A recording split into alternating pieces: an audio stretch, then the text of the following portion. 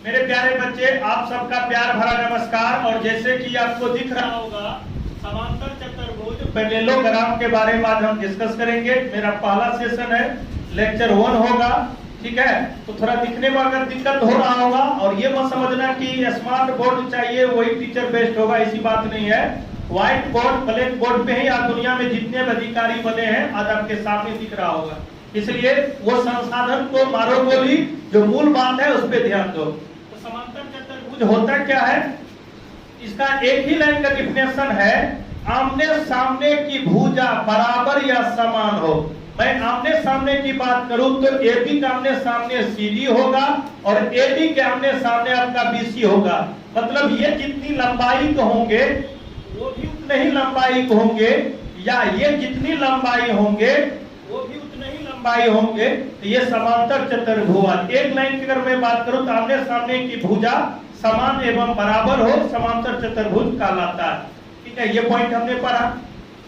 दूसरी बात, अब आगे हम लोग थ्योरम के साथ साथ कुछ बेसिक कॉन्सेप्ट डिस्कस करेंगे जो फिगर पे आधारित होगा। तो जैसे कि हमने कहा था, फिगर एनालिसिस, आकृतियों का व्याख्या या विश्लेषण। तो भुजाएं की मैं बात करूं प्यारे बच्चे, तो AB जितना होगा उतना ही आपका क्या होगा, CD होगा। ठीक है, AB जितना होगा उतना ही CD होगा। अच्छा, दूसरी बात ये क्या है, BC जितनी लंबाई होगा उतने ही AB। ये दोनों बात आपको दिख रहा होगा। ठीक है, मैं बैटरी बदलना पड़ेगा, रुको तो।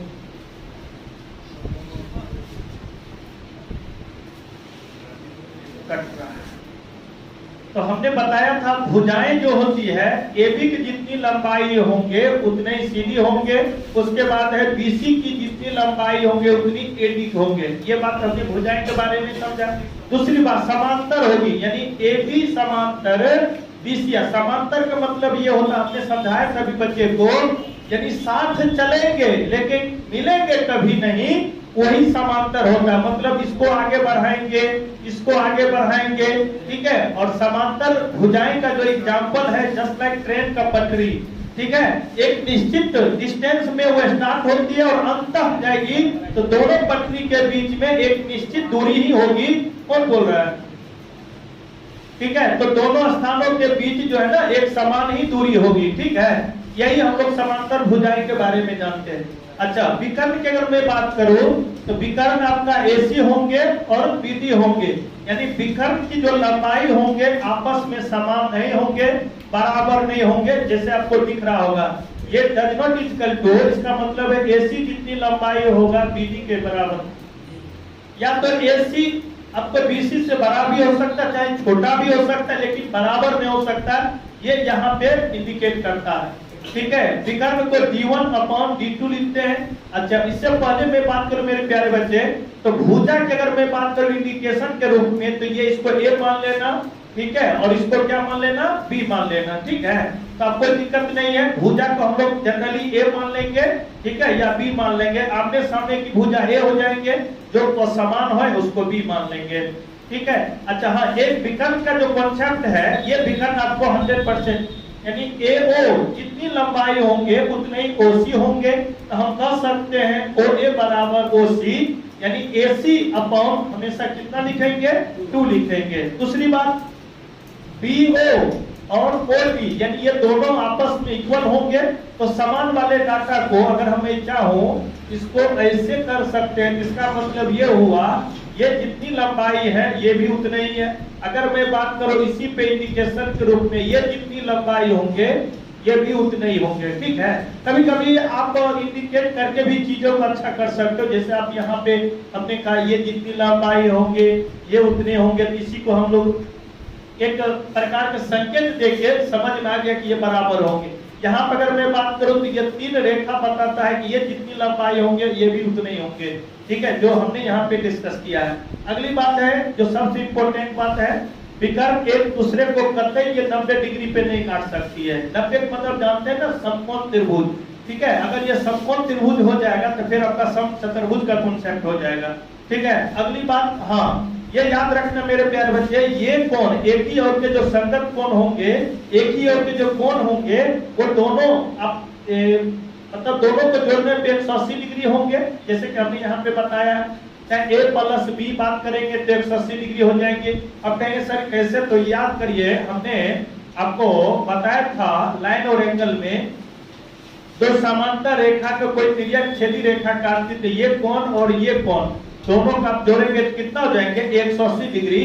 तो जस्ट लाइक अपने आप को सोचो मेरे प्यारे बच्चे, ये चाहे आप इस रूप में सोचो चाहे इस रूप में सोचो, कहीं कोई दिक्कत नहीं। ये दो समांतर रेखा है, ठीक है, और ये कोई तिर्यक छेदी रेखा है, तो ये कोण जितना होंगे और ये दोनों के आपस में जोड़ने के बाद कितना हो जाएंगे 180 डिग्री हो जाएंगे। ये बात आपने पढ़ा है, ठीक है।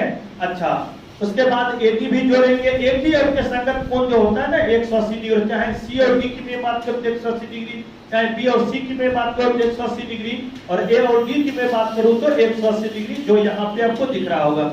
अच्छा, अगली बात है मेरे प्यारे बच्चे, कोण के मैं बात करूं तो कोण ए जितनी लंबाई होंगे उतना ही आपके सामने वाले, मतलब ए के जो सामने कोण बनेगा, ये कोण और ये कोण दोनों आपस में बराबर होंगे, ठीक है। अच्छा, बी ये डी कोण जितने ही होंगे उतने ही आपको क्या हो जाएंगे बी हो जाएंगे। तो यहाँ पे हमने बराबर किए। लेकिन कभी कभी आप ऐसे सोच सकते हो, अगर आपको लगता है कि हमको कोण मान के बनाना होगा तो वो कैसे, थोड़ा सा यहाँ पे आप देख सकते हो। जैसे एक समांतर चतुर्भुज है, ठीक है।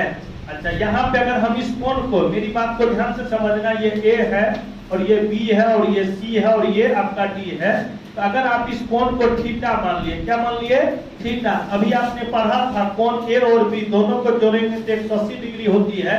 इसका मतलब है आप अगर एंगल के रूप में सोचेंगे तो ये हो जाएंगे 180 माइनस कितना थीटा, ठीक है। बहुत बढ़िया। ए और बी को हमने आप दोनों को रूप में अगर कहा था तो दोनों को जोड़ने के बाद 180 डिग्री, लेकिन अगर हमको मान के बनाना होगा, अगर इसको थीटा मान लिए तो इसको 180 माइनस कितना हो जाएंगे थीटा हो जाएंगे। दूसरी बात, अगर बी और सी को अगर जोड़ेंगे तो आपने बी और सी को देखो यहाँ पे मेरे प्यारे बच्चे, दोनों को जोड़ने के बाद 180 डिग्री होगी। इसका मतलब 180 माइनस थीटा है, तो ये कोण आपका कितना हो जाएंगे, ठीक है, थीटा हो जाएंगे। अच्छा, अब सी और डी की मैं बात करूं मेरे प्यारे बच्चे, तो सी और डी को भी जोड़ने के बाद आपका 180 डिग्री। इसका मतलब है सी और डी को जोड़ेंगे तो आपका कितना हो जाएंगे 180 माइनस थीटा। अच्छा, उसके बाद हमने कहा था ए और डी, ए और डी को भी जोड़े तो 180 डिग्री। इसका मतलब ए और डी आपस में कितना हो जाएंगे 180, मतलब दोनों को जोड़ने पे 180 डिग्री होती है, तो ये भी 180 माइनस थीटा और ये थीटा। और हमने अभी समझाया था आपको, यहाँ पे दिख रहा है कोण ए बराबर कोण सी। क्यों? तो क्योंकि जवाब आपको मिल गया, कोण ए बराबर थीटा तो सी बराबर थीटा, कोण बी बराबर 180 माइनस थीटा तो डी बराबर 180 माइनस थीटा। तो जो भी बात हमने समझाया था इस फिगर एनालिसिस में आपको 100% समझ में आ गई है। हम लोग नेक्स्ट वीडियो में मिलेंगे प्यारे बच्चे एक अलग कॉन्सेप्ट के साथ। तब तक अपना ख्याल रखें, सुरक्षित रहें, पढ़ाई करते रहें। Thank you.